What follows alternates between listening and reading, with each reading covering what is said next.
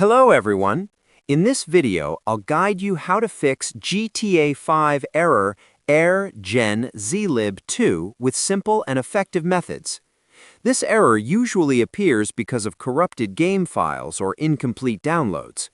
First, restart your PC to clear temporary glitches. Next, open your game launcher like Steam, Epic Games, or Rockstar and verify the integrity of game files, which will automatically repair any damaged data. After that, go to your GTA 5 installation folder and remove any recently added mods or custom files, because they often corrupt game archives.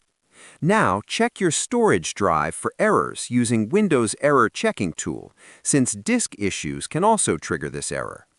Also, make sure your antivirus is not blocking game files, and add the GTA 5 folder to exclusions if needed. Finally, update your graphics drivers, restart your system, and launch the game again, and the air-gen zlib2 error should be completely fixed. Subscribe the channel for more videos.